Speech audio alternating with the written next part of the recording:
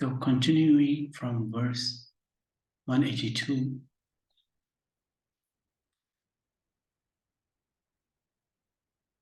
How the saint, having discovered the cause of the illness, laid it before the king. Then he arose and went to see the king and acquainted him with a portion of the matter. So he went to the king and told him a portion of the matter. He didn't tell the king everything.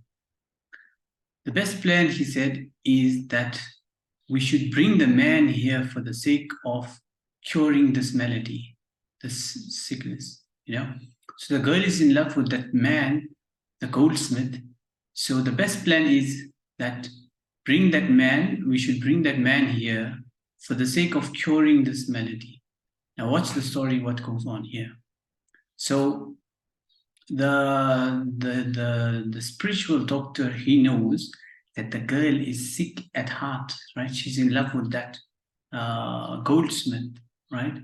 But he does not tell that to the king. He just tells the king that, look, we have a situation here, and the best plan is that we should bring the man here for the sake of curing this malady.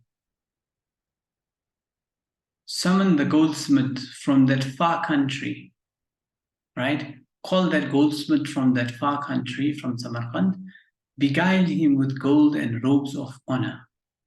Beguile him. So beguile him is a bit off here.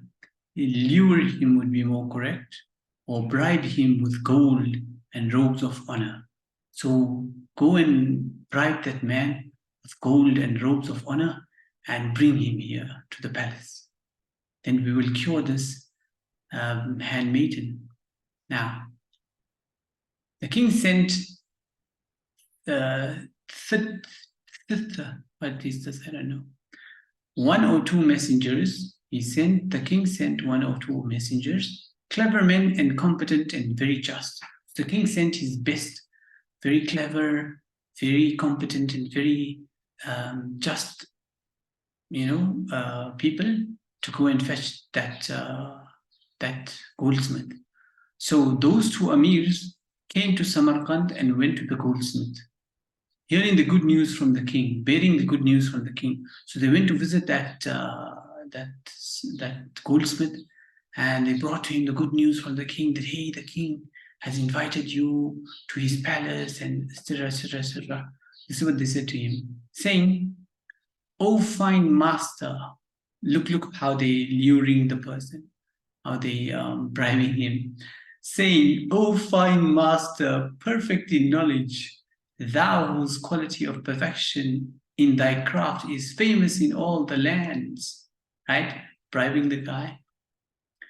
"Lo, such and such a king has chosen thee for thy skill in the goldsmith craft, because thou art eminent, you are the best, and you are the perfect in your craft, and you are perfect in your knowledge, you are the fine master, etc., etc., etc.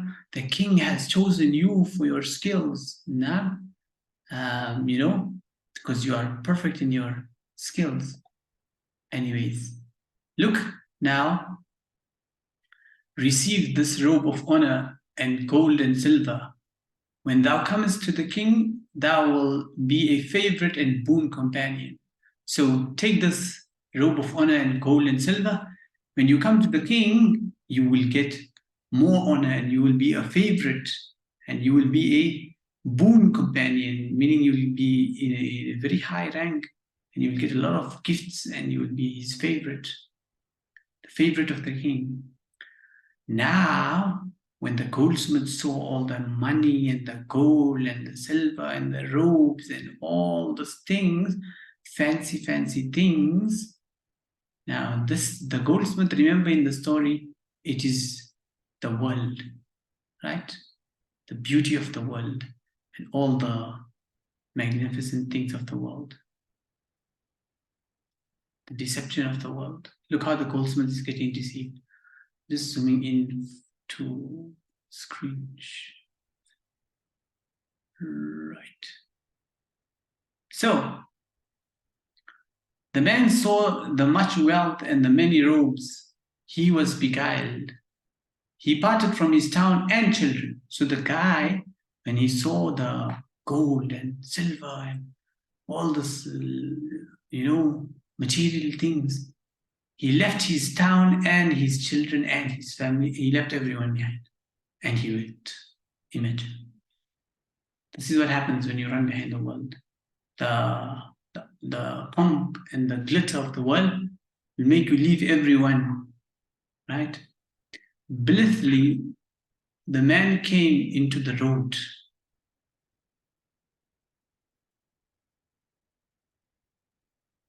Blithely means like, ignorantly, right? He came onto the road without paying much attention, unaware that the king had formed a design against his life.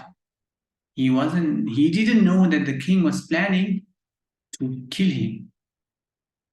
Watch what goes on here. He mounted an Arab horse and sped on joyously, right? What really was the price of his blood, he deemed a robe of honor. So the price of his blood that he was paying by accepting all this gold and silver and this fine horse, and enjoying himself, this was actually the price of his blood, which he was considering to be the robe of honor. So this is the state of the world. You consider that everything is a robe of honor for you, and it's going to bring you peace and blessings and joy and what, but it's actually going to kill you. It's the price of your blood. O fool, who with 100 consents thyself, with thine own foot didst enter on the journey to the fated ill. So Rumi is saying here, and addressing the man, the goldsmith, O fool, with 100 consents from yourself, you have set your own foot and you entered the journey to the fated ill, to the ill fate. So with your own feet and your own consent, you are entering into the journey of your own destruction. This is what we are doing daily in our lives. Every day, we consent, with our own consent, we choose, right? And to walk on the road, on the journey of the ill fate, right? Of all sufferings and calamities and pains and agony and stress, with our own choice. We are choosing it for ourselves, right? No one can harm you and hurt you without your permission. It's you who allows people to harm you and to put you in difficulty and trial and all of those things. You are the one who is choosing to be in that position. You can choose to be out of it, but with your own consent, you set your foot every day into the journey of the fated ill. Same like that. What's his name? The goldsmith. Now, in his fancy were dreams of riches. Now he's on the horse and on his way to the king. Now he's dreaming in his fancies. He's dreaming of riches, power, and lordship. Oh, I'm going to get so rich. I'm going to have so much power. I'm going to be in such a high position, and etc., etc., etc. Israel, the angel of death, looked at him and said, go. So Israel looked at him. The angel of death looked at him and said, go with thy way. Yeah, carry on. Go, go, go. Yes, you will get them. Go. You think you're going to get riches and power and lordship and blah, blah, blah. Israel is laughing at him and saying that go, yes, you will get them. Because Israel is waiting for him to take his life. Now, when the stranger arrived and turned from the road, the physician brought him in the presence of the king. Proudly and delicately, they conducted him to the King of Kings so that he might burn like a moth on that candle of Tiraz, right? So King of Kings is not the right translation here. Shah and Shah is in Farsi is actually the great king. So proudly and delicately they conducted him to the great king that he might burn like a moth on that candle of Tiraz. So a candle is burning. You see how the moth comes to the fire to the flame, thinking that it's light, but actually the flame burns him when he comes there. So this guy, the goldsmith, comes to the king thinking that he's going to get all the gold and light and all the fancy things, but actually he's going to be burnt. Now, the king beheld him, showed great regard for him, and entrusted to him the treasure house full of gold. Now imagine, this is the world and the deception of the world. So the king gives him the keys of the treasures of the gold, the golden treasures. Because he's a goldsmith, so he must work the gold and make beautiful jewelry and ornaments out of the gold. So the king gives him the key to his treasures. Imagine. This is what the world will promise you. This is what the world will promise you. And you will get deceived. Same like this goldsmith. Do not be deceived by this. Even if the king gives you the key of his treasures, he is giving you the key to catch you somewhere else. Yeah? So be careful. Be careful. Then the physician said to him, O mighty Sultan, give the handmaiden to this lord. Now let's listen to this part of the story. The physician, the spiritual healer, says to the king that, O mighty Sultan, give the handmaiden to this lord. That girl whom you are in love with, the king is in love with the handmaiden, the beautiful girl. So the physician tells the king, give that girl to this lord, to this to this goldsmith,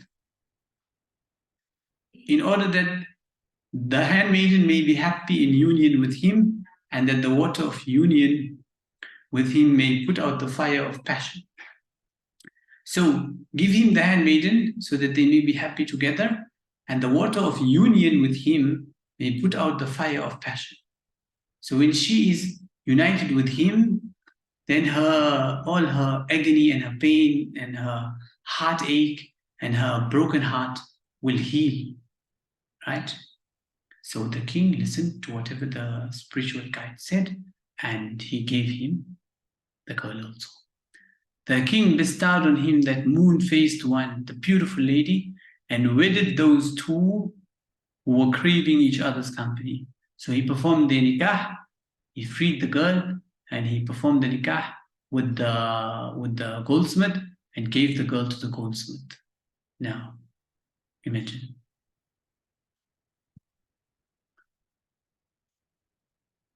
I'll get to the next page here. So, amazing things happening in the story.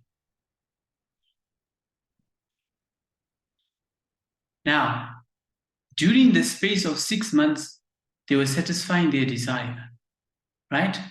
So they lived together, the goldsmith and the girl, the handmaiden, his wife now.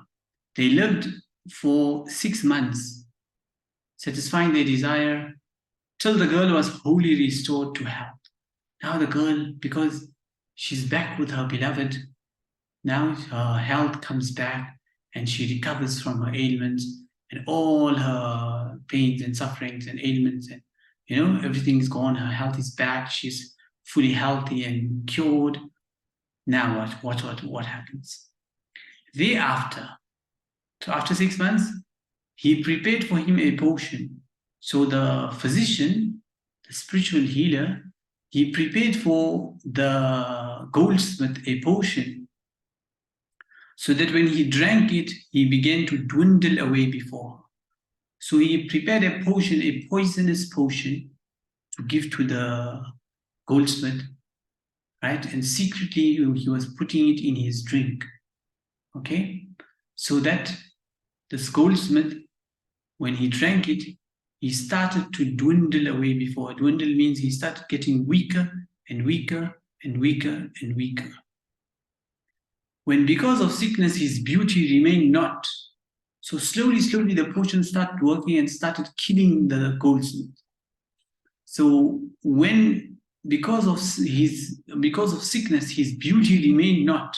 So all his handsomeness and his muscles and his muscular appearance and his valor and his, his pride and everything went away because of sickness. His body was weakening and weakening and weakening. He lost all his beauty and his handsomeness and his power. Now, when the girl saw her husband every day getting weaker and weaker and uglier and uglier and uglier, look what happens. The soul of the girl remained not in his pestilence, in his deadly toils. So the girl got tired of looking after that man. She got tired of looking at his ugly face, and she started disliking the person whom she once loved, right? So this is what happens in the world. This is what happens. The world is a deception. In the beginning, it seems all very nice and green and lush, but watch what happens in the end. The same world that loves you will be the same world that will kill you and that will hate you and that will dislike you. Look what happens in the story. When because of sickness his beauty remained not, the soul of the girl remained not in his pestilence. The girl started disliking the man. Since he became ugly and ill-favored and sallow-cheeked, little by little he became cold, irksome, and unpleasing in her heart. So slowly, the girl started, disliking the goldsmith. So kullu jadidin ladidun naim, saying, everything that is new seems delicious. Wait till you get the real flavor. Now, Rumi says here, those loves which are for the sake of color, yani outward beauty, meaning that love which is just for the outward beauty, is not love. That is lust. That is not love. In the end, they are disgrace. They are a disgrace. So that love which you are falling for someone outwardly, because the way she appears, because the way she looks, because the way he looks, because the way he dresses and appears to be, if you love outwardly, the outward beauty, that is not true love. Because in the end, it is a disgrace. Would that he too had been disgraced altogether, so that evil judgment might not have come to pass upon him. Blood ran from his eye that flowed with tears like a river. His handsome face became the enemy of his life. Look, the man got weaker and weaker and started crying. His handsome face became the enemy of his life. See that handsome face, that body of yours that you are so proud of, and that you are so, you are so deceived about? That same face is your enemy, will become your enemy. Rumi gives you an example here. He says, the peacock's plumage is its enemy. The beautiful feathers of the peacock are its enemy, right? It's because of its beautiful feathers, people catch the peacock and hunt it. O many the king who has been slain by his magnificence. Many kings have been slain because of their magnificence. Because the bigger and the greater king you are, the more enemies you have. And your greatness is your greatest enemy. Your magnificence is your biggest enemy. So many kings have been slain by their own magnificence. So don't be deceived. Don't be deceived. He said, I am the musk deer, on account of whose gland this hunter shed my pure innocent blood.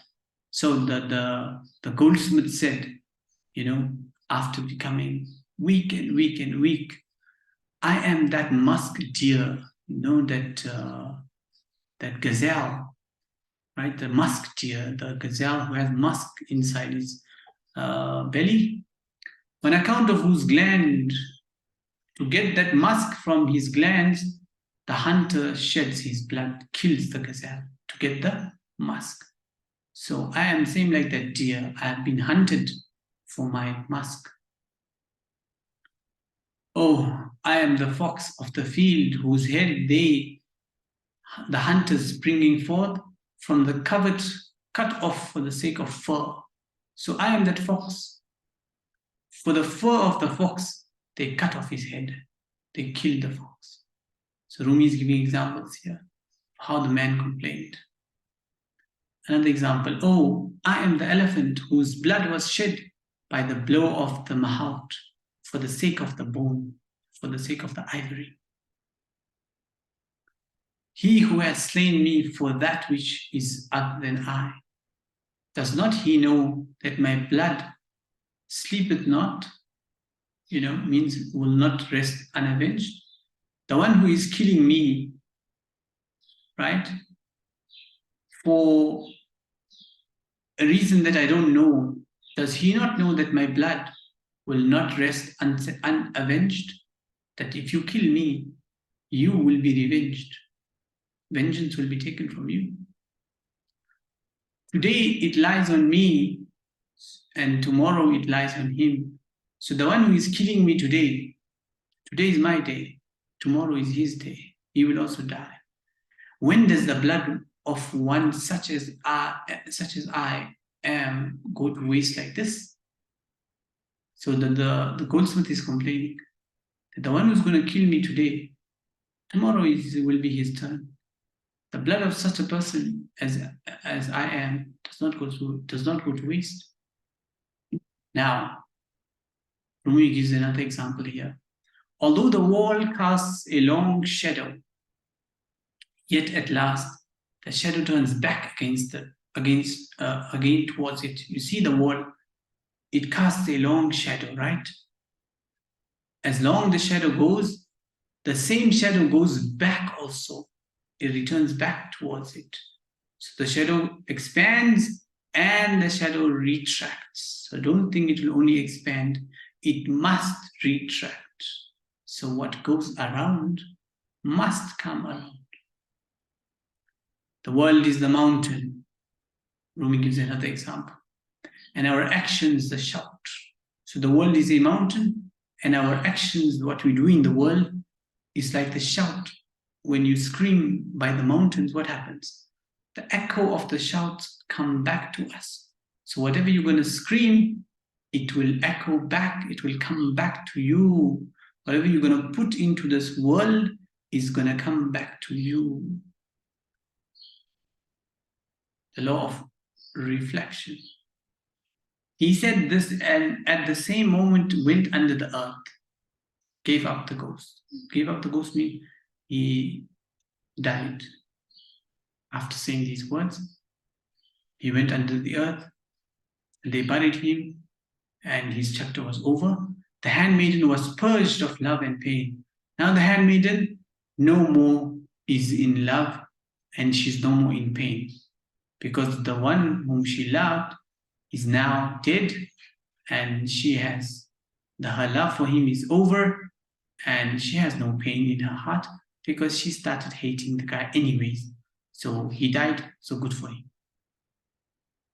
Look, this is the world. This is how the world will treat you. No one cares, right? They're just waiting for you to die. When you die, you think it's going to make a difference to anyone? No, they're just waiting for you to die. You think it's going to make a difference to them? Think again. Because love of the dead is not enduring. Loving the dead is not something that will last, because the dead one is never coming back to us. The people who have died are not coming back. But the love of the living is every moment fresher than a bud in the spirit and in the sight. See, if you love the living, that love is fresh every moment, right? More fresher than a bud, than a flower in the spirit and in the sight. Choose the love of that living one who is everlasting. Stop running behind the worldly things, the material things. Now, Rumi says to you, choose the love of that living one who is everlasting. So love the one who is ever living, everlasting, who gives thee to drink of the wine that increases life, right? So the everlasting one, the ever-living one will give you a wine to drink that will give you immortality, immortal life, eternal life. Choose the love of him from whose love all the prophets gain power and glory. So Rumi is going to describe to you the love of the beloved, the true love. So choose the love of him from whose love all the prophets gained power and glory. Do not say we have no admission to that king.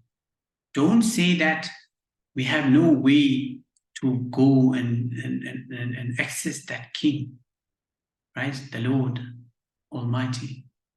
Because dealings with the generous are not difficult. See, if you are dealing with a generous person, it's not difficult to deal with them because they're very generous. They will easily agree to whatever you want because they have infinite. See, if someone is infinite, for him to give you what you want is nothing. He will give you whatever you want because it doesn't decrease anything from him. So don't say we have no admission to that king. Huh? Dealings with the generous are not difficult at all. So go in love, the ever-living. Now, setting forth how the slaying and poisoning of the goldsmith was prompted by divine suggestion and not by sensual desire and wicked meditation. Now, you might be thinking, reaching this far in the story, that spiritual guide, how he mercilessly killed this goldsmith, what an oppression, what an oppressive act. So Rumi says here that killing of the goldsmith and poisoning of the goldsmith was by divine suggestion, not by sensual desire and wicked meditation. So he wasn't the spiritual healer, wasn't doing his own things. He was only doing what was divinely inspired to him. Watch. The slaying of that man by the hand of the physician was not done on account of hope or fear. The physician did not kill him because he wanted something or he feared something. No, there was no hope. It wasn't because of any hope or any fear. He did not slay him to humor the king. He did not slay the goldsmith to please the king, right? He did not slay him until the divine command and inspiration came. So until the divine command and the inspiration came, he did not slay him. So Rumi tries to make you understand why and how the killing of the goldsmith is justified. Watch. As for the boy whose throat was cut by Khidr, remember the story of Khidr? When Khidr and Moses and Musa they came across a boy and Khidr killed him, right? So Khidr did not kill him by his own will. He was only fulfilling the will of the divine. The vulgar do not comprehend the mystery thereof. So the vulgar is a very poor translation here. Aam khalq, the general masses, right? They cannot understand the mystery thereof. If you are from the general mass, the general people, you can never understand why did the physician kill the goldsmith. Same like the masses will never understand why did Khidr kill that boy, that innocent boy, right? But if you have inner sight, if you have inner vision, if you have insight, right? You can see with the heart's eye, you will understand what is the mystery behind the killing. He that receives from God inspiration and answer to his prayer, whatsoever he may command is the essence of right. So he that receives from inspiration from God and answers to his prayers, whatsoever he may command is the essence of right. So whatever he may do, it is the divine command because it's coming from the divine. He is just the representative of the divine. If one who bestows spiritual life should slay, the one who gives life has the right to take it also. It is allowable. So the one who gives life can take it away. That is perfectly allowed. He is the divine vicegerent. So the person, the spiritual guide, the healer, he is the divine vicegerent. And in his hand is the hand of God. So he's not doing his own things. He's just doing what God wants him to do. Rumi gives you another example. Like Ishmael, lay your head before him. So it was said to Ismail, put your head before him. Gladly and laughingly give up your soul before his dagger. So Ismail said to his father that here is my head. I am gladly and willingly offering it to you. Take it with your dagger. Kill me. So that slaughter was by divine command. It wasn't, Abraham wasn't doing his own things. In order that your soul may remain laughing unto eternity, like the pure soul of Ahmed with the one God. So when you submit to the divine command, the divine will, your soul may remain laughing unto eternity, like the pure soul of Ahmed, Muhammad sallallahu alaihi wasallam, with the one God. Lovers drain the cup of spiritual life. So now, whilst in the story of the spiritual healer taking the life of the goldsmith, Rumi is telling you that when you give your life to the divine and you submit to him, what happens to you? On that point, he is giving you these points here. See, lovers drain the cup of spiritual life at the moment when the fair ones slay them with their own hands. So when the fair ones, when the angels take your soul away, when they kill you, you drink the cup of spiritual life at the moment when the fair ones slay them with their own hands. Now, coming back to the story, Rumi is saying, don't think that the king killed the goldsmith out of lust. No, the king did not commit that bloodshed because of lust. Cease from thinking evil and disputing. Incoming call from Amanda Peterson identified by Truecaller. So stop thinking evil and disputing the fact. The king didn't kill him because of his lust. It was divine command. You thought he committed a foul crime, but in the state of purity, how should the sublimation leave any alloy behind? So you thought he committed a foul crime, but in a state of purity, for the gold to become pure, how can any alloy remain behind? So when you put the gold in the fire to burn and purify it, right? So the pure gold cannot leave any alloy behind. It has to be pure. It has to be pure. He cannot commit any crime.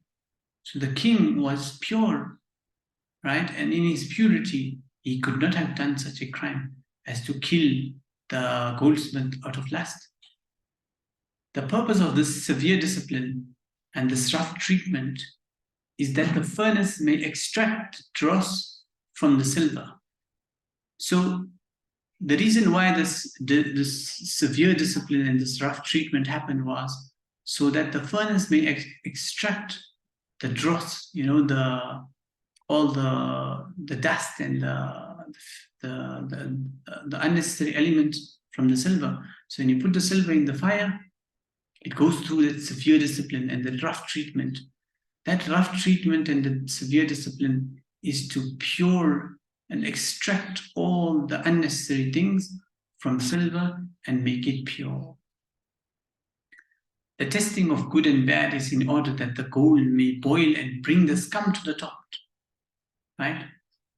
So the reason you are being tested with good and with bad things is in order that the gold inside you may boil and come out and bring the scum to the top, so that your purity may come out. If his act were not the inspiration of God, he would have been a dog that rends its prey, not a king. So if the king was doing his own things, he would be a dog, not a king. He was unstained by lust and covetousness and passion. What he did was good, but good that wore the aspect of evil. So what the king did here, it was a good thing, but the good appears as evil.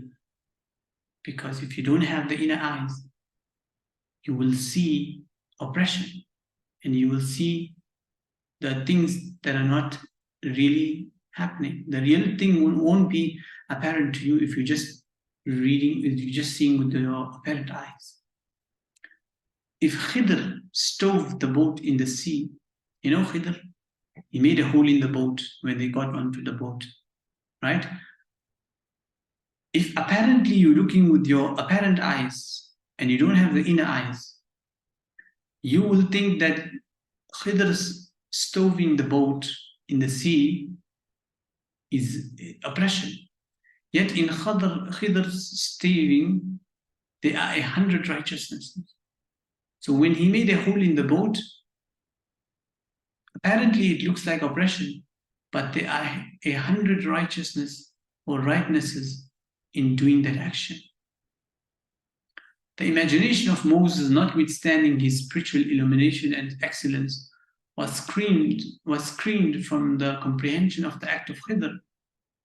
Do not thou fly without wings. So here, Rumi is saying, the imagination of Moses couldn't understand the spiritual illumination and excellence. Right? His imagination was screened from the comprehension of understanding the act of Khidr. So Rumi says on that point, you, O reader, O listener, do not fly without wings. Do not fly without wings. Now, what does he mean here, do not fly without wings? That if you have not yet developed your wings, meaning if you don't have insight, if the eye of your heart is closed, don't jump to conclusions and judgments. First, open your eyes of the inner of your heart. Develop your wings, and then fly. That deed of the king is a red rose, worthy of praise. Do not call it blood murder. He is intoxicated with reason. Do not call him a madman. Had it been his desire to shed the blood of a Muslim, I am an infidel if I would have mentioned his name with praise. Rumi says, if that king, his desire was to shed the blood of a Muslim, then I, Rumi is saying, I am an infidel if I would have mentioned his name with praise. So if I'm mentioning him in praise, Rumi is saying, then that person is really a good man. The highest heaven trembles at praise of the wicked. The highest heaven trembles at praise of the wicked, and by praise of him, the devout man is moved to think evil. So the highest heaven trembles at the praise of when you praise wicked people, the heavens tremble, right? And by praise of evil person or evil people, the devout man is moved to think evil if he does not have inner eyes. So he was a king and a very heedful king. So the king in the story, you are a very heedful king. Open your inner eyes. Rumi is addressing you, but indirectly. So he was a king and a very heedful king. He was elect and the elect favorite of God. You, Rumi is talking to you, but indirectly. You are a king and a very heedful king. You are an elect and the elect favorite of God. So open your inner eyes, open your wings and fly. One who is slain by a king like this, he, the king, leads him to fortune and to the best, most honorable estate. So if you are being slain by a king like the one in the story here, you are going to fortune and the most honorable estate, most honorable place. Unless he, the king, had seen advantage to him, the goldsmith, in doing violence to him, how should the absolute mercy have sought to do violence? If you think that the king was taking advantage of the goldsmith by being violent to him, then Rumi asks a question.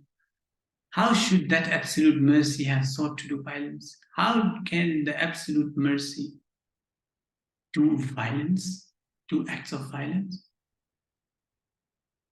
If you're looking with the external eyes, it looks like violence.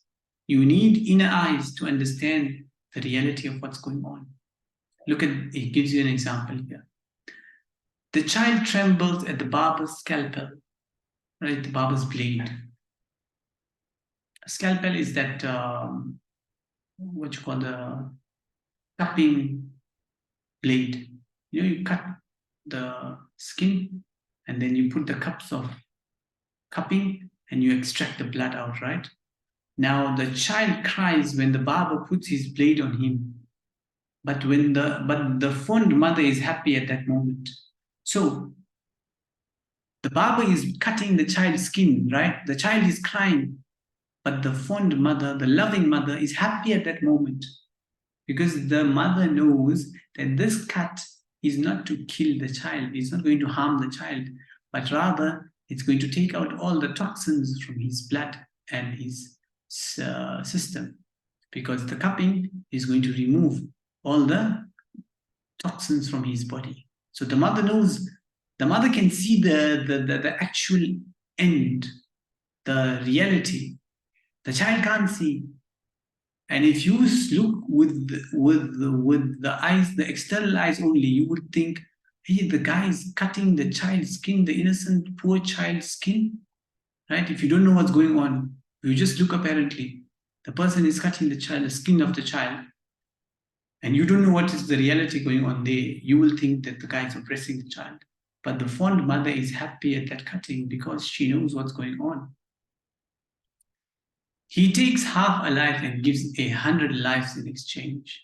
He gives that which enters not into your imagination. So the divine takes half a life and gives 100 lives in exchange.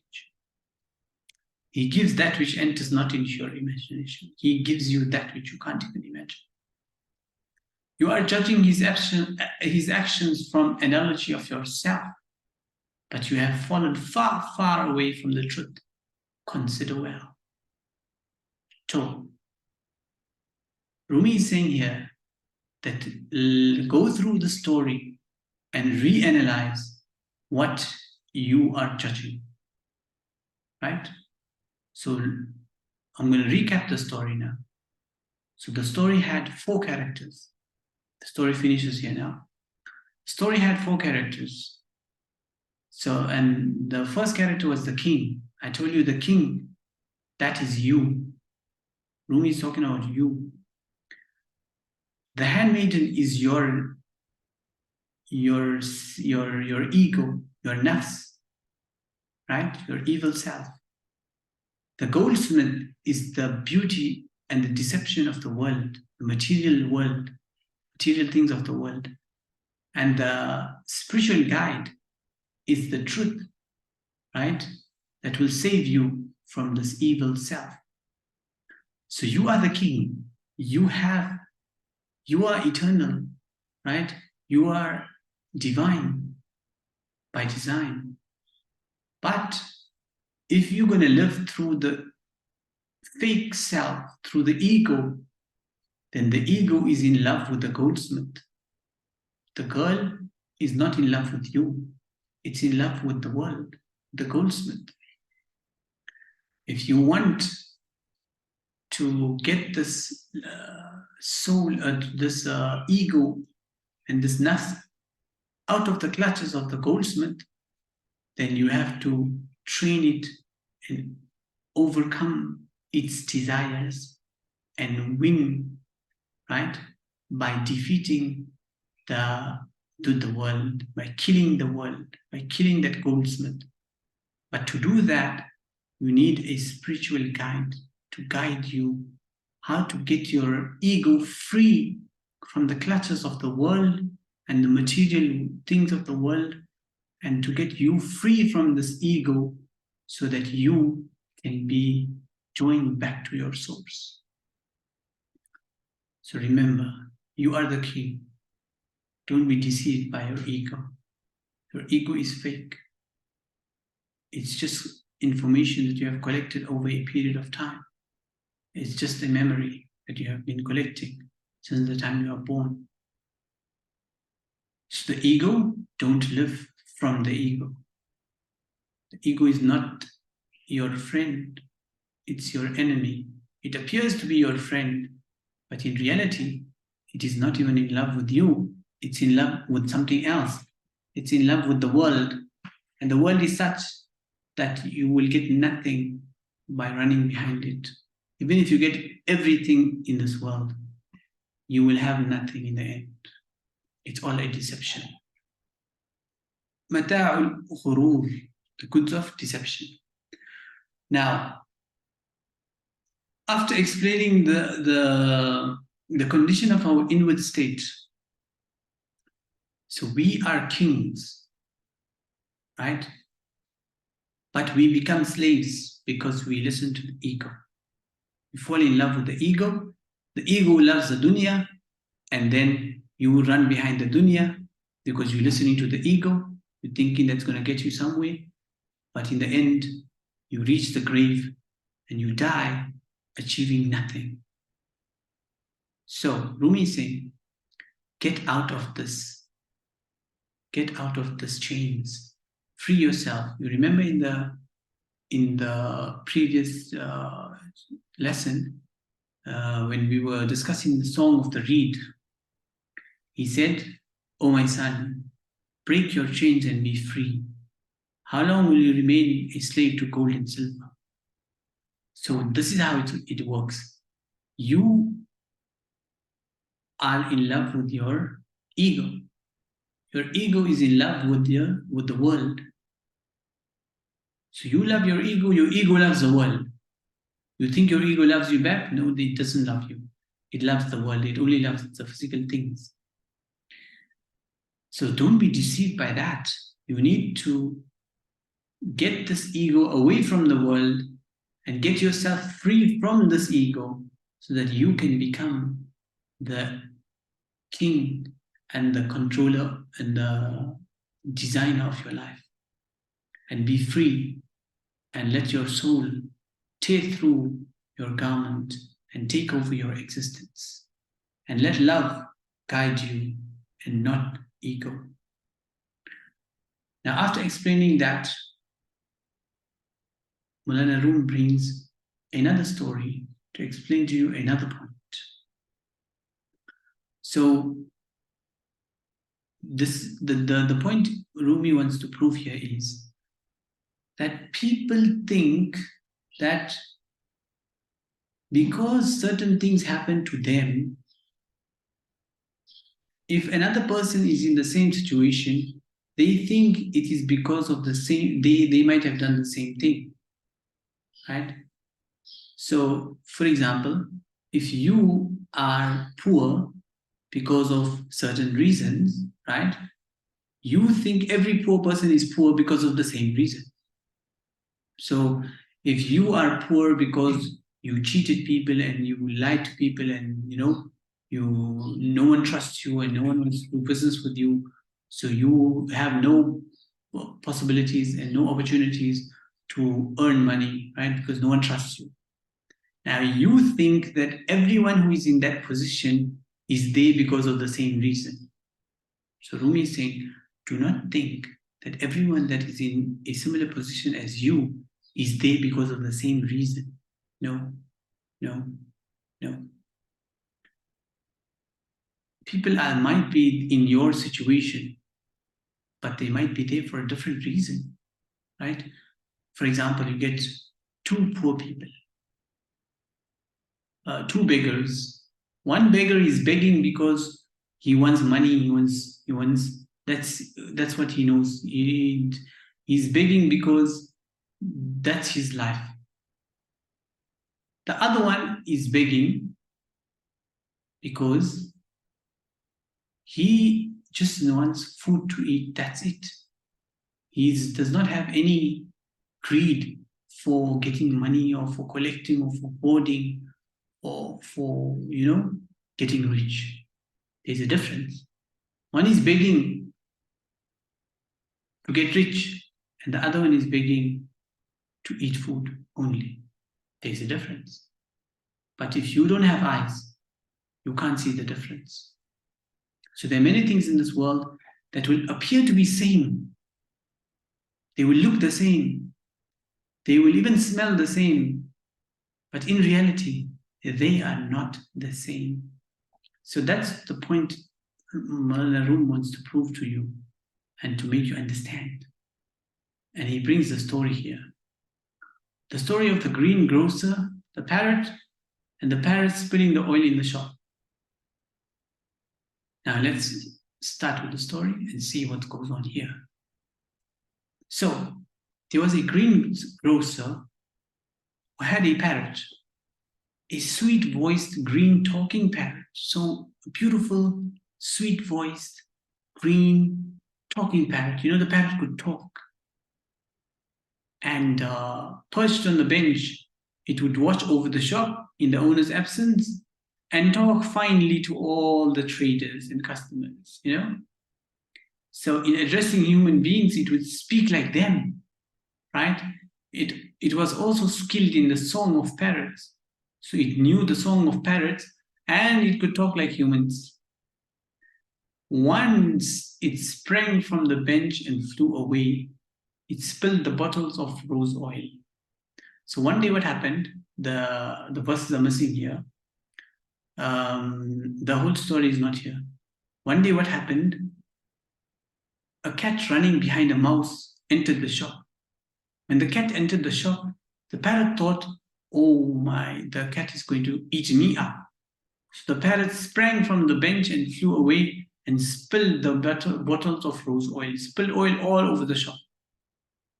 Now watch what happens. The master came.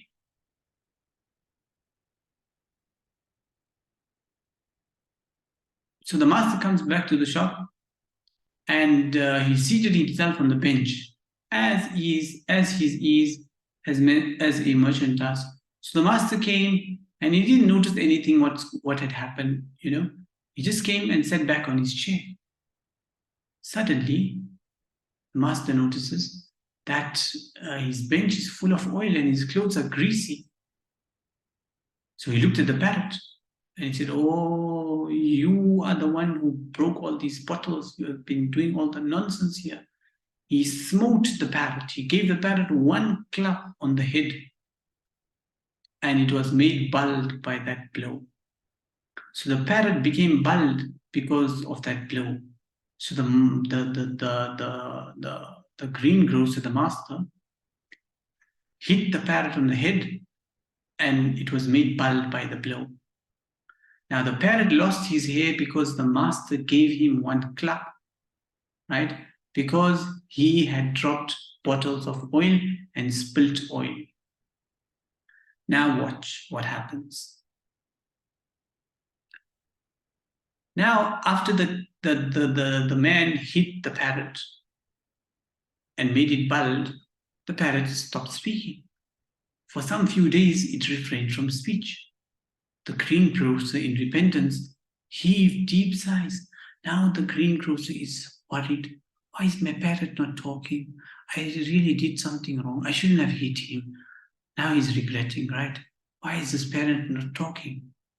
Because my customers used to come because of this parrot, and because this parrot was talking, that's why the people would come to my shop and buy, Now the customers are not coming, business is down, and the parrot is not talking. He tries every way, to try to make the parrot to talk, but it's not talking. Tearing his beard, saying, Alas, the sun of my prosperity has gone under the clouds. My parrot is not talking. All my prophets are gone under the clouds. Now the man is regretting. He says, would that my hand had been broken, made powerless, at the moment when I struck such a blow on the head of that sweet-tongued one. That how I wish my hand would be broken at that moment when I hit the head of the sweet parrot.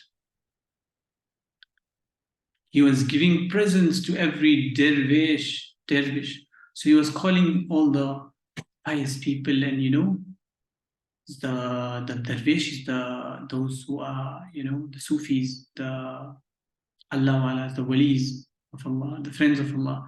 So he's giving presents to every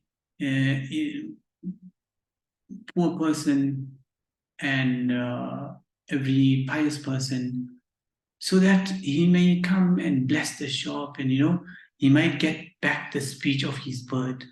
Now the grain grocer is inviting different types of people and feeding them and giving sadaqah and charity, so that that someone's dua might get accepted, and that parrot will start speaking again. After 3 days and 3 nights, he was seated on the bench. The parrot is sitting on the bench. 3 days and 3 nights have passed, distraught and sorrowful, like a man in despair. So the man seated on the bench, distraught, sorrowful, full of despair, showing the bird every sort of hidden, unfamiliar thing in the hope that maybe it would begin to speak. So the greengrocer is trying to bribe the bird, showing him with different types of things, trying to get the bird to speak. So 3 days and 3 nights passed like that. One day what happened? Meanwhile, a bay-headed dervish, a bald dervish, came in the shop. Now the guy is bald, right? Clad in a jawlaq. Jawlaq is a coarse woolen frock. Wearing a woolen frock. So the guy is bald, passed by with a head hairless as the outside of bowl and basin. So his head was completely hairless, like that of a basin. Now, when the parrot saw the bald-headed dervish, thereupon the parrot cried to the dervish, as rational persons might have done. Like a rational person, the parrot started speaking, and he said to the bald person, look what it said. Ah, how were you mixed up with the bald, O bald pate? How did you become bald, O bald mate? Did you also spill oil from the bottle? The parrot is judging the person according to his own actions. Because he got bald by spilling oil from the bottle, now he tells the bald man, how did you become bald? Did you also spill oil from the bottle? See, Rumi is saying here, don't judge other people who are in your situation by your own actions. The guy is bald for his own reason. You, the parrot, you are bald for your own reason. Don't put your own judgment on others. So the bystanders laughed at the parrot's inference, because he deemed the wearer of the frock to be like itself. You see, people laughed at the parrots because the parrot thought that the person wearing the frock is like himself. He got bald because of doing the same action. Rumi says to you here, do not measure the actions of holy men by the analogy of yourself. Don't measure the actions of holy men by the analogy of yourself. So you think that the holy people, they are the same like you. You also make salah, they also make salah. So not much difference between us and them. They eat, we also eat. So what's the difference, right? They bath, we also bath. They go toilet, we also go toilet, right? They get married, we also get married. So us and them are the same. See, this is what we think. You think Rumi is speaking to your logical mind, your intellect, that you think that the actions of holy men are same like yours. Now he brings you an example.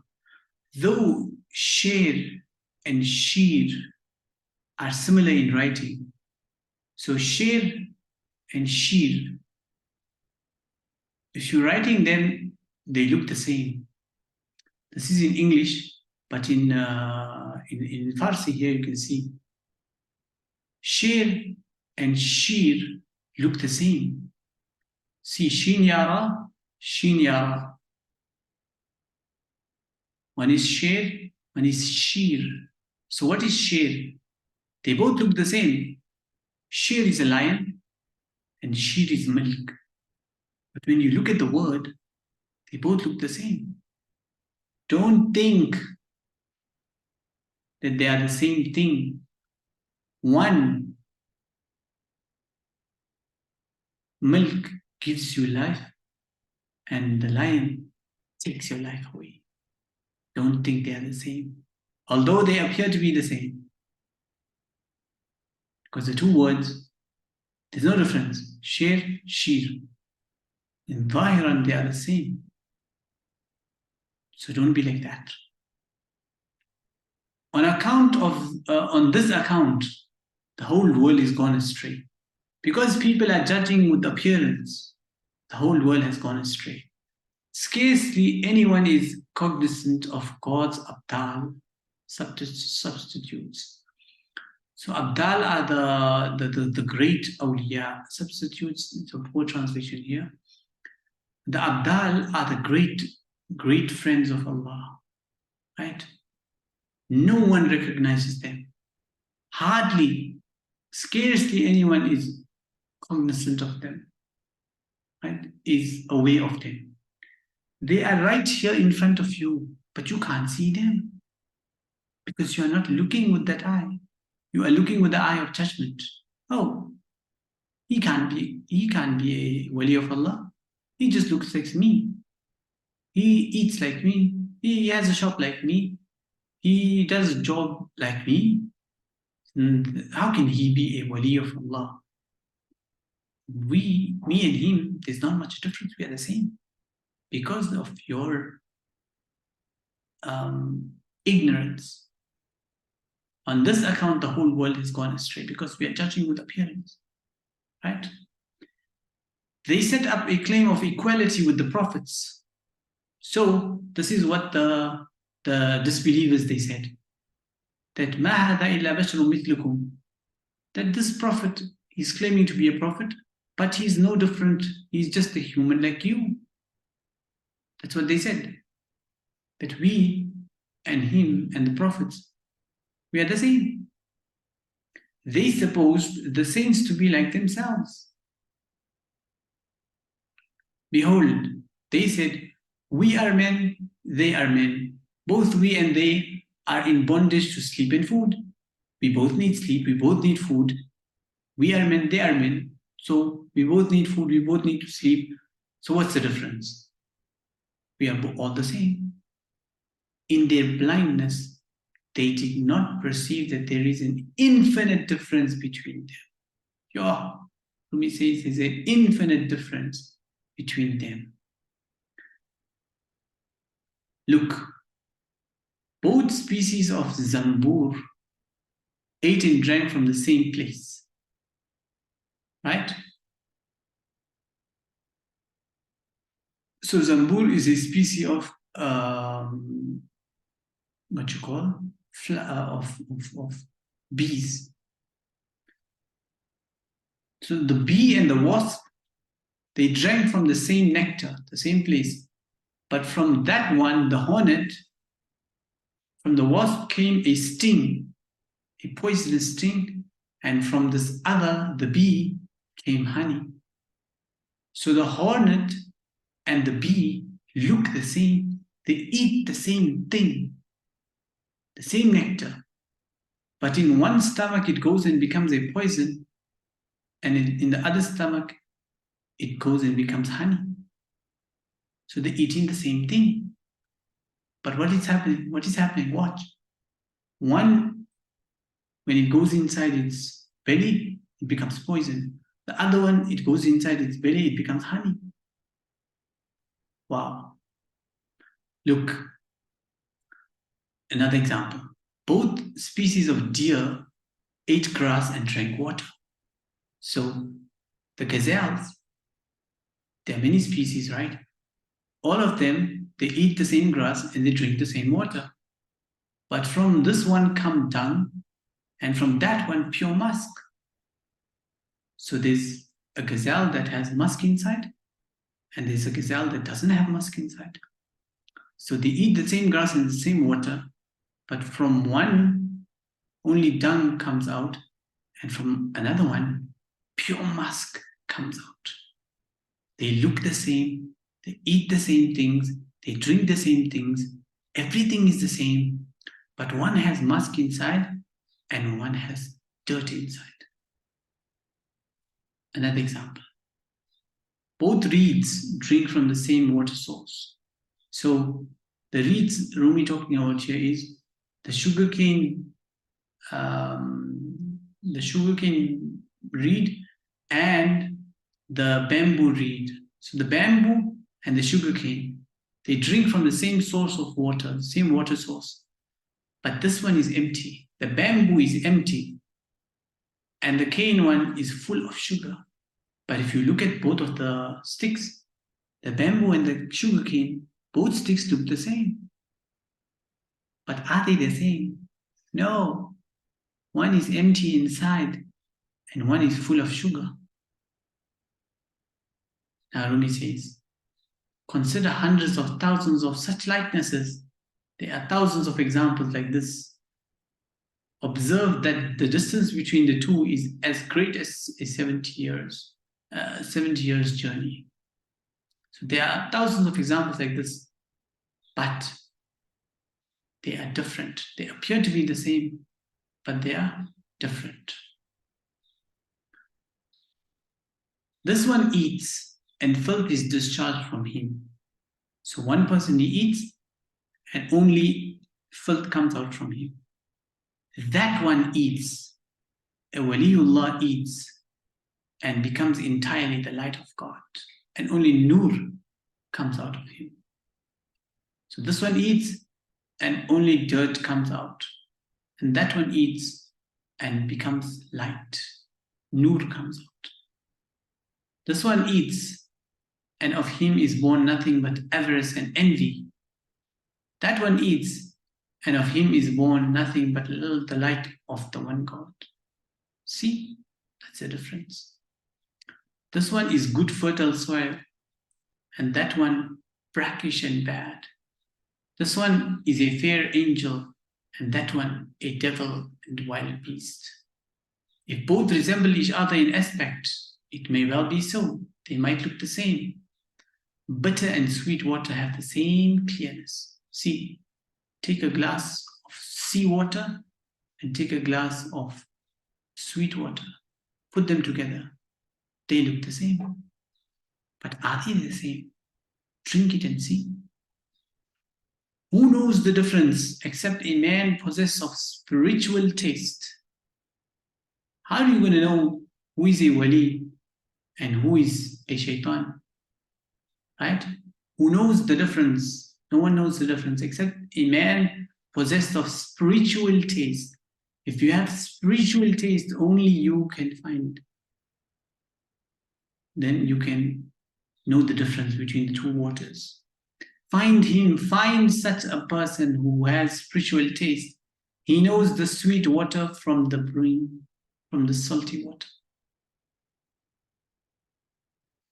Look, comparing magic with prophetic miracles, he, the ignorant one, fancies that both are founded on deceit. So the prophets did miracles and the magicians do magic, right? But the ignorant one thinks that the miracles and the magic is the same. They are founded on deceit. No, they are not the same. The magicians in time of Moses, for contention's sake, lifted up in their hands a rod like him, to deceive the people.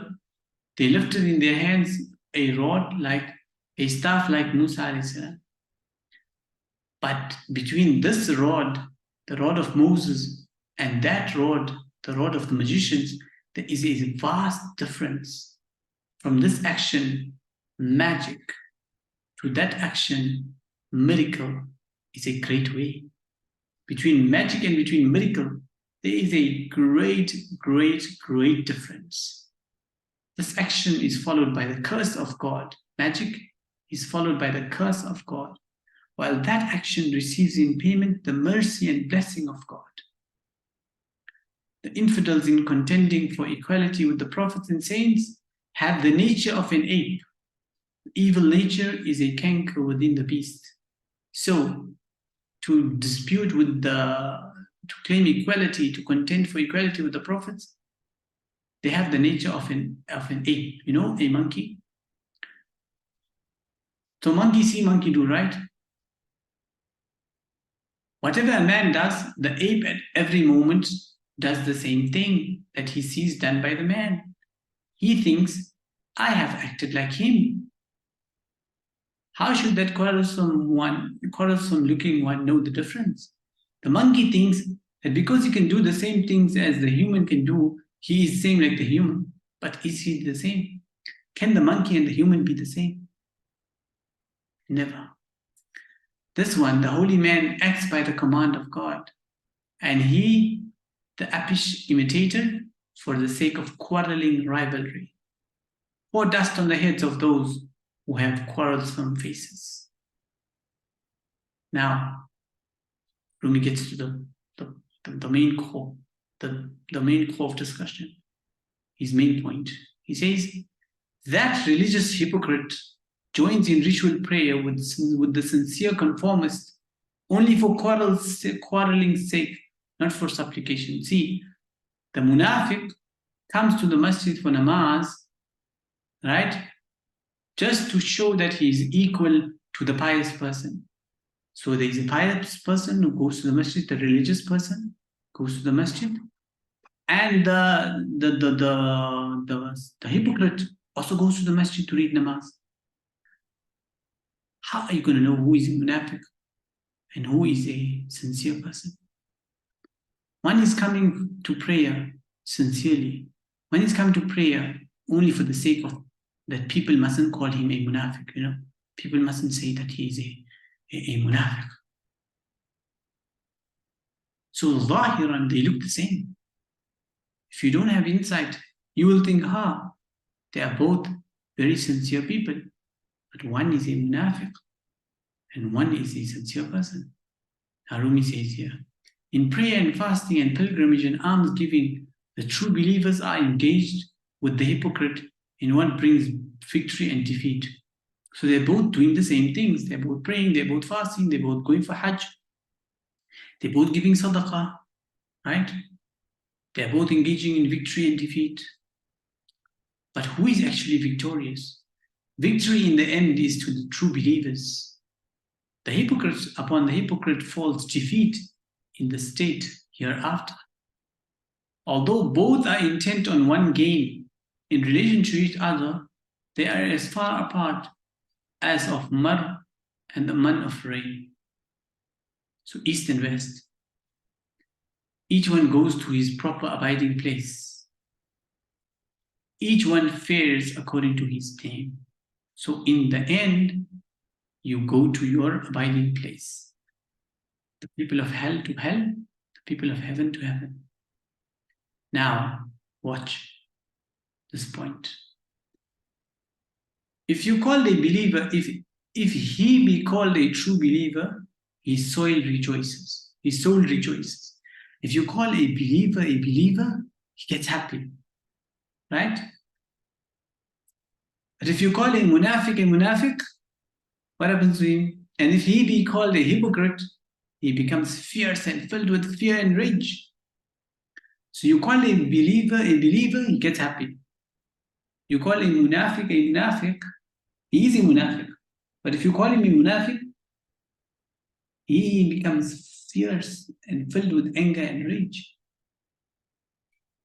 Now, Rumi says, the true believer's name is loved on account of his essence, which is true faith. This one, the hypocrite's name, is loathed on account of his pestilent qualities. The four letters, mim and waw and mim and noon. See, mim, waw, mim, noon, mumin. Right? Do not confer honor. The word mu'min does not confer any honor, does not give out any honor. The word mu'min, true believer, is only for the sake of denotation. It's only for the sake of pronunciation, for identification. But there's no iman inside the word mu'min. Right? Mu'min is just a representation, right? A identification. The word itself, the letters mim, waw, mim, noon, do not confer honor. They are only for denotation. If you call him, the true believer, hypocrite,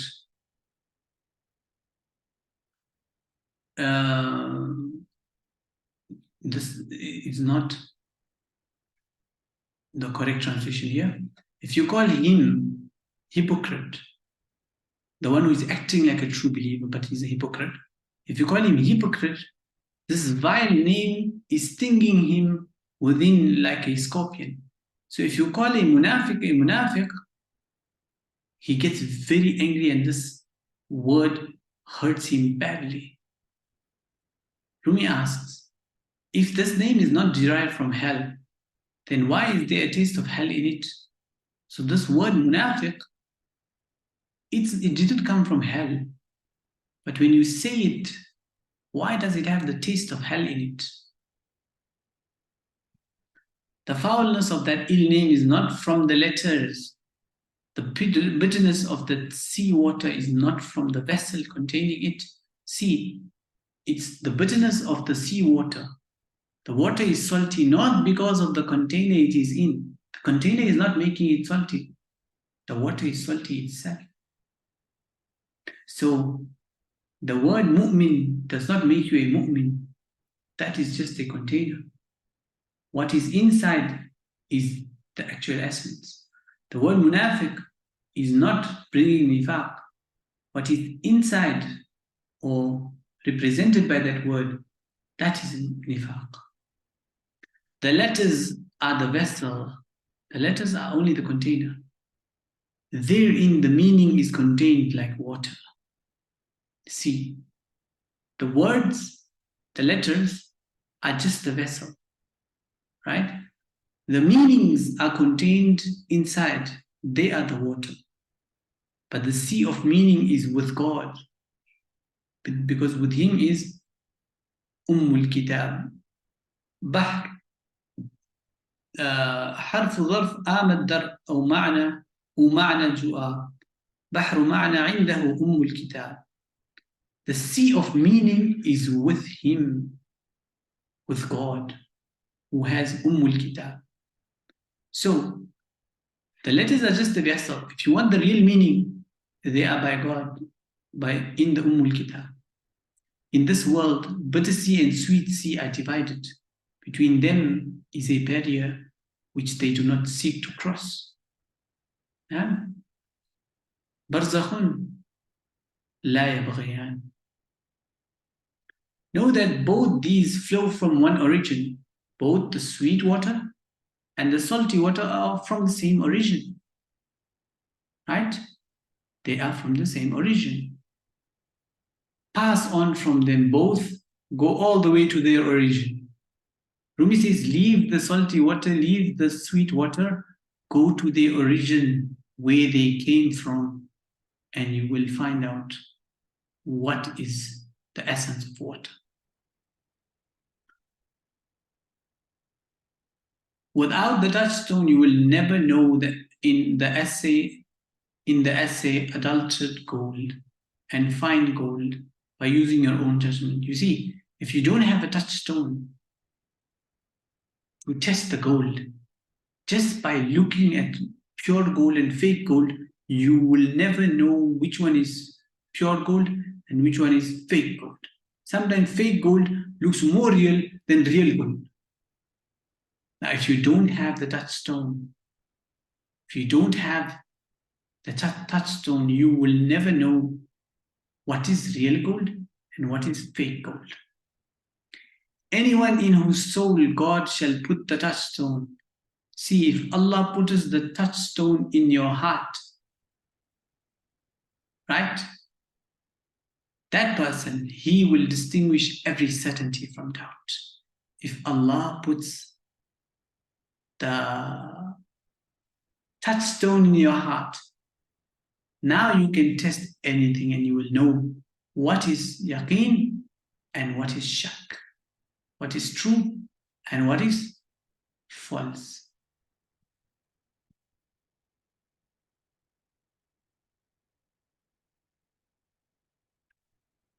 A piece of rubbish jumps into the mouth of a living person, of a living man, and only when he ejects it, is he at ease. So here Rumi is saying, the living person, you eat so many morsels of food in your life, right? One small piece of rubbish comes in your mouth, a stone or what you call, some stick comes in your mouth. Immediately you can recognize it, right? Because you are a living man. So only when you take it out of your mouth, that's when you get peace, right? So you're eating food. Suddenly there's a crunch in your mouth. You taste a stone, you sense a stone. So now, until that stone doesn't come out, you will not be at ease, right? When amongst thousands of morsels of food, one little piece of rubbish entered his mouth, the living man's sense of touch or taste tracked it down. Now Rumi says, the worldly sense is the ladder to this world. See, the worldly sense is the ladder of this world. The religious sense is the ladder to heaven. So the senses of this world are the ladders to this world.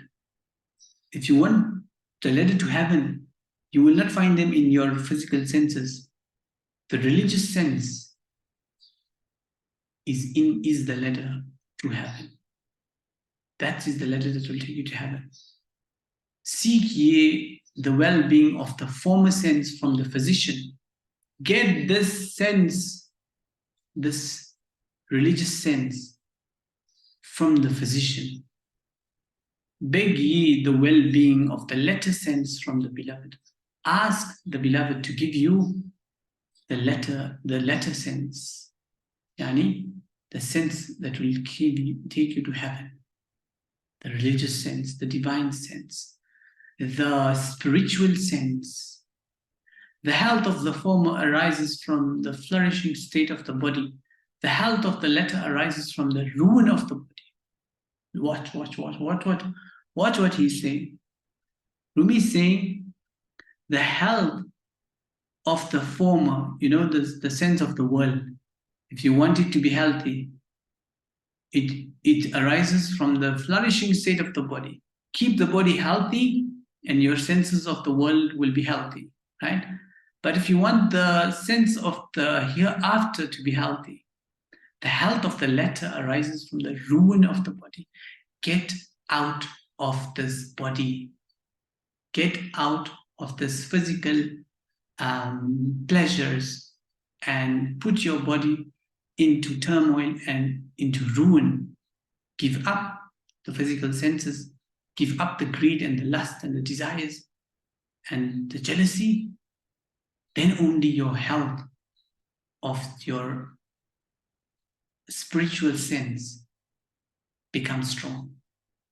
So if you want to improve the health of your physical senses, flourish the body, right? If you want to improve the health of your spiritual sense, ruin the body. Ruin the body means go against lust and desire and greed and arrogance and pride, and go against the body in all of those things. The spiritual way ruins the body. The spiritual way ruins the body. And after having ruined it, restores it to prosperity. See, the spiritual way, if you want spirituality to be in your life, you have to ruin the body first. Only after you have ruined the body, it will be restored to prosperity. So you have to give up greed. Go against your body for greed, for lust. Go against it. Ruin it, right? Jealousy, hatred, envy, pride, arrogance, animosity. You must ruin the body from these things. Destroy the body because of these things. Ruin it. Take it out. Take these things out from the body. Ruin your body. And then the spiritual way will restore it to prosperity. Look, it gives you many examples here. He ruined the house for the sake of the golden treasure. So a person has a house and he discovers that there's a golden treasure buried under the house. So what he does, he breaks down the whole house to find the treasure. And then with that same treasure, he builds the house better than before. Look, to get to the treasure, you have to destroy that house. But once you're going to get the treasure, you can rebuild the house in a better way. Yeah, subhanAllah. How beautiful. What a beautiful example. And it gives you another example. He cut off the water and cleansed the riverbed. So the river was flowing, he cut off the flow. Right? And then he cleansed the riverbed. Then he caused the drinking water to flow in the riverbed. So to clean the river, you have to stop the flow of water first. You have to ruin the river, right? You have to stop the flow of water. Stop the flow, clean the riverbed, and now clean water can flow in it. Because dirty water cannot be cleansed whilst the river is still running. If you want to clean the river, cut off the supply, clean the river, and then let the supply come again. It will flow clean and pure. Another example. Cleft the skin and drew out the iron point of the arrow or spear. Then fresh skin grew over it, over the wound. So someone got injured. So he cut the skin and he sewed it and he poked it with the pin, right? And he put stitches. So apparently it looks like he's cutting and he's damaging the wound. But actually, that act of poking and piercing and putting stitches is actually going to grow fresh skin over it, over the wound. So first you have to damage it, ruin it, and then it will get cured. Look, he raised the fortress and took it from the infidel. So he emptied the fortress and he took it from the infidel, from the enemy. Then, so first he destroyed the fortress to capture it from the enemy. Then he reared it, he restored it, and thereon he built 100 towers and ramparts.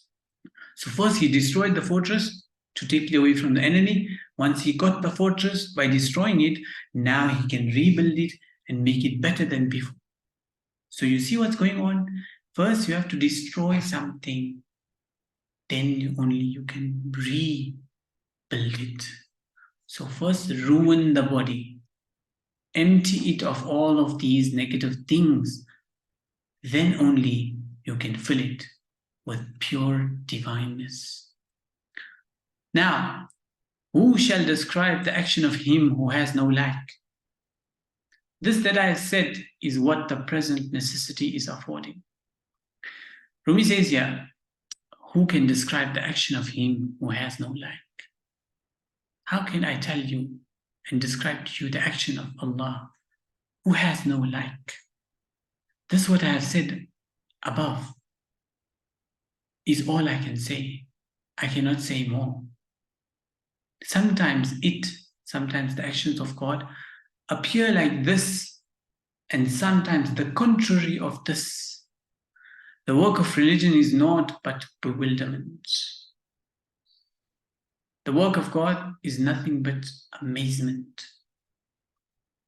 I mean, not one bewildered in such wise that his back is turned towards him, nay, but one bewildered with ecstasy like this, and drowned in God and intoxicated with the beloved. The face of the one is set towards the beloved. The face of the one is set towards the beloved, while the face of the other is just his own face. He is facing himself. So the person who ruins himself to purify himself is the one set towards the beloved. His face is set towards the beloved. But the one who does not want to purify himself, his face is just facing himself. Look long on the face of everyone. Keep watch attentively. It may be that by doing service to the Sufis, you will come to know the face of the true saint. That if you make khidmah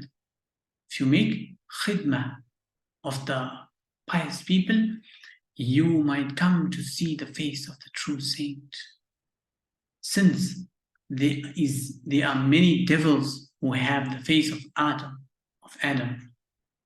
it is not well to give your hand to every hand. Rumi is saying, now if you want to walk the path of spirituality and purify your soul, purify your nafs, right?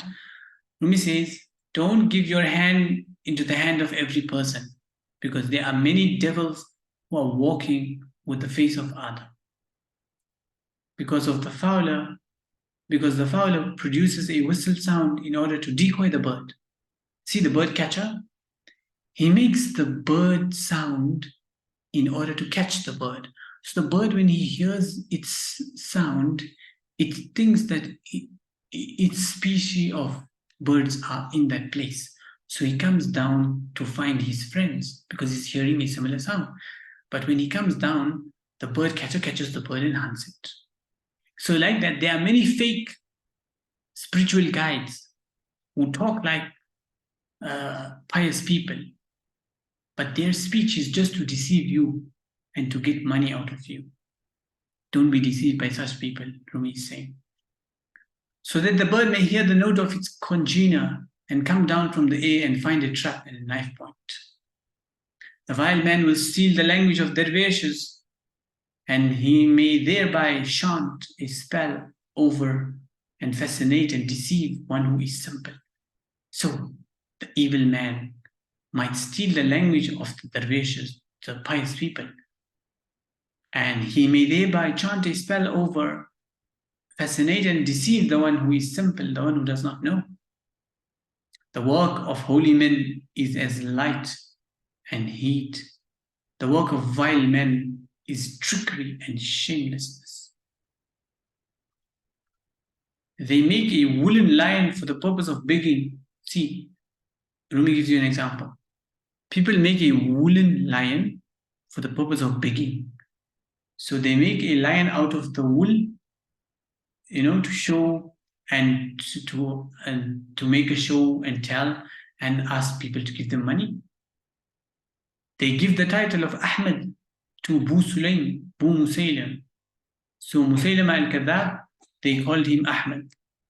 They called him Muhammad. but he was a liar. But they gave him the same title.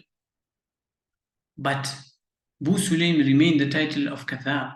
He, taking the name of Muhammad does not make him Muhammad. He remained a liar. Muhammad remained the title of Ulul Albab. The wine of God, its seal, khitamuhu misk, right? Its seal is pure musk. But as for the other wine, its seal is stench and torment.